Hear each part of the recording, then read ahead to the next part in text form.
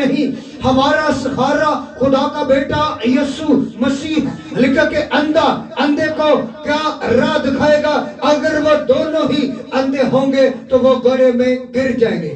آج جو لوگ خدا کے کلام کو نہیں سنتے، کلام کو نہیں مانتے، اور میرے بہنوں اور بھائیوں، آج وہ لوگ اندھے ہیں جس کلام کو نہیں جانتے، جو کلام کو اپنے دل میں نہیں رکھتے، کیونکہ انسان جب تک خدا کے کلام کو اپنے دل میں نہیں رکھتا وہ گناہوں کو چھوڑ ہی نہیں سکتا۔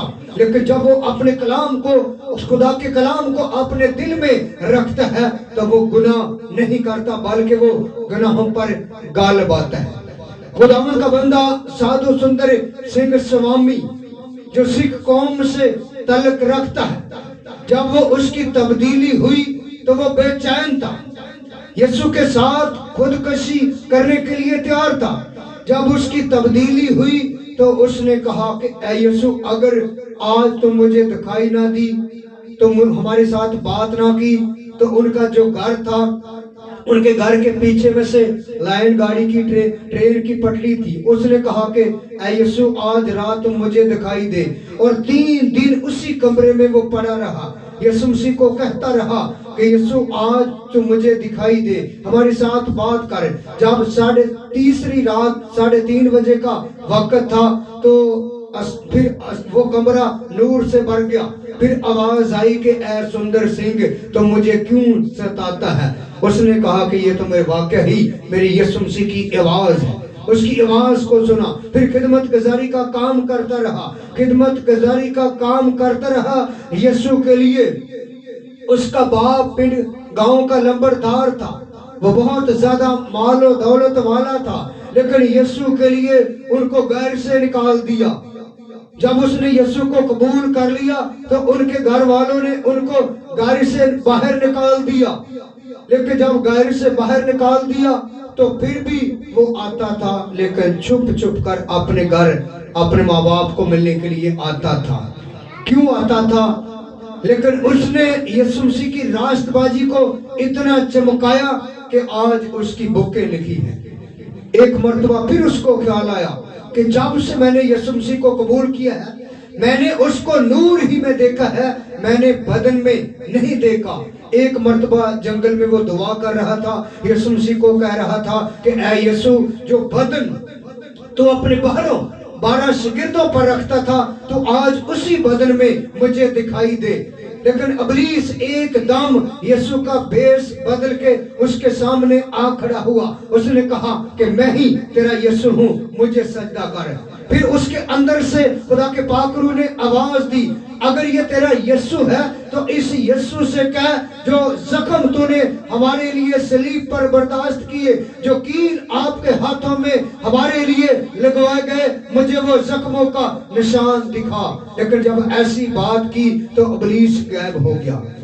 ابلیس کے پاس بہت زیادہ منصوبے ہیں، جیسا انسان ہوتا ہے ویسی خواہش ابلیس اس کے سامنے رکھ دیتے ہیں۔ کسی بھی قوم سے تعلق ہو، مسلم گھرانے سے ہو، مسیح گھرانے سے ہو، جس بھی فیملی سے تعلق ہو، جیسی انسان اپنے اندر خواہش رکھتا ہے، اسی خواہش کے مطابق ابلیس اس کے سامنے منصوبہ کھڑا کر دیتا ہے تاکہ یہ اسی منصوبے میں لگا رہے اور اپنی راست بازی میں کامیاب نہ ہو سکے۔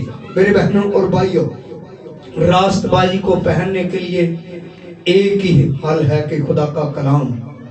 جب تک ہم اس کے کلام کو اپنے دل میں نہیں رکھتے تو میرے بہنوں اور بھائیوں ہم کچھ نہیں، ہم اندھے لوگوں کی مانند ہیں، کیونکہ جب تک خدا کے کلام کو اندر رکھیں گے تو تب بات بنے گی۔ یسوع مسیح نے فقیوں فریسیوں کو کہا کہ تم سفیدی فری قبروں کی مانند ہو، اندر تمہاری نجاست ہے، حسد ہے۔ آج نجاست زیادہ ہوتی ہے، راست بازی کام ہوتی ہے، لیکن جب نجاست اندر ہوگی تو راست بازی کے کام کیسے ظاہر ہوں گے؟ لیکن میرے بہنوں اور بھائیوں، راست بازی کے کاموں کو ظاہر کریں، اس کو قبول کریں، کیونکہ وقت بہت نزدیک ہے۔ وقت کی قدر کرنی چاہیے، نہ کہ اپنے ڈریس پر غور کرنی چاہیے بلکہ اپنی زندگی پر غور کرنی چاہیے کہ ہمارا وقت کہاں، ہمارا معیار کیا ہے، ہم نے جانا کون سی جگہ پر ہے. ایک انسان تھا, اس نے اپنے گھر میں بہت زیادہ مرغیاں رکھ چھوڑی تھی, لیکن اس نے جب وقت تھا تو مرغی کے نیچے اس نے انڈے رکھے. ایک انڈا اس نے باز کا بھی مرغی کے نیچے رکھ دیا. جب مرغی نے ان بچوں کو, ان کے بچے پیدا ہوئے تو ان انڈوں میں سے ایک جو بچہ تھا اور وہ باز کا بھی نکلا. لیکن بچے بڑھتے گئے. ایک مرتبہ جب وہ باز کا بچہ بھی بڑا ہوا تو باز جو تھا ایک مرتبہ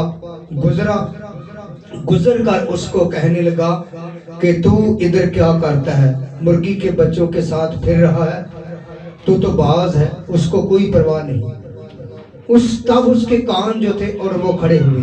باز جو ہوتا ہے وہ اتلی فضا میں رہتا ہے, وہ خود اپنے لیے شکار کرتا ہے, کسی کا جانور نہیں لیتا, کسی سے وہ چھینتا نہیں, لیکن وہ خود اپنا شکار اپنے لیے ڈھونڈتا ہے. اس کو پرواہ نہیں کہ میں بچوں کے ساتھ پھر رہا ہوں, اس کو پتہ نہیں. جیسے آج ہم کو بھی پتہ نہیں ہماری زندگی کون سی ہے, ہم نے پہننا کون سا ہے, ہم نے جانا کون سی جگہ پر ہے. مسیحی گھرانے کے اندر پیدا ہو جانے سے انسان مسیح نہیں بنتا.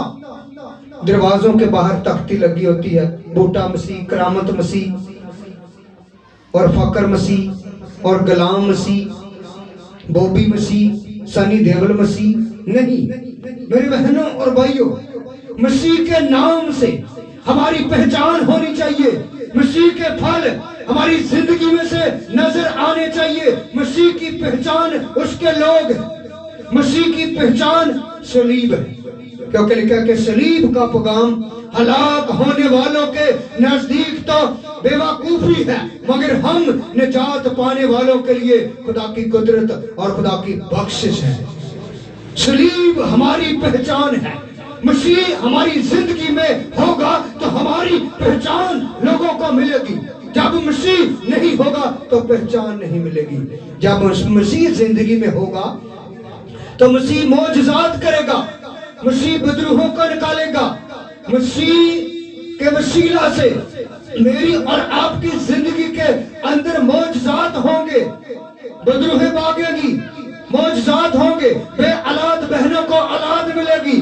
اگر مسیح زندگی کے اندر ہوگا, اگر مسیح نہیں ہوگا تو معجزات کبھی نہیں ہوں گے. جب مسیح اندر ہوگا تو دعا میں زیادہ وقت گزاریں گے, روزہ اور دعا میں جھکتے رہیں گے. روزہ اور دعا وہ چیز ہے جو خدا کے ارادوں کو بدل دیتی ہے. اور یسوع مسیح نے کہا کہ میں آج اور کل اور اب تک یکساں ہوں. وہ ہر گھڑی, ہر پل, ہر جگہ پر موجود ہے. وہ کیوں موجود ہے؟ وہی خدا سری لنکا میں, وہی خدا گوجرا میں, ٹوبا میں, جانگ میں, سرگودا میں, وہی خدا کینیڈا میں, کینیڈا میں, سری لنکا میں.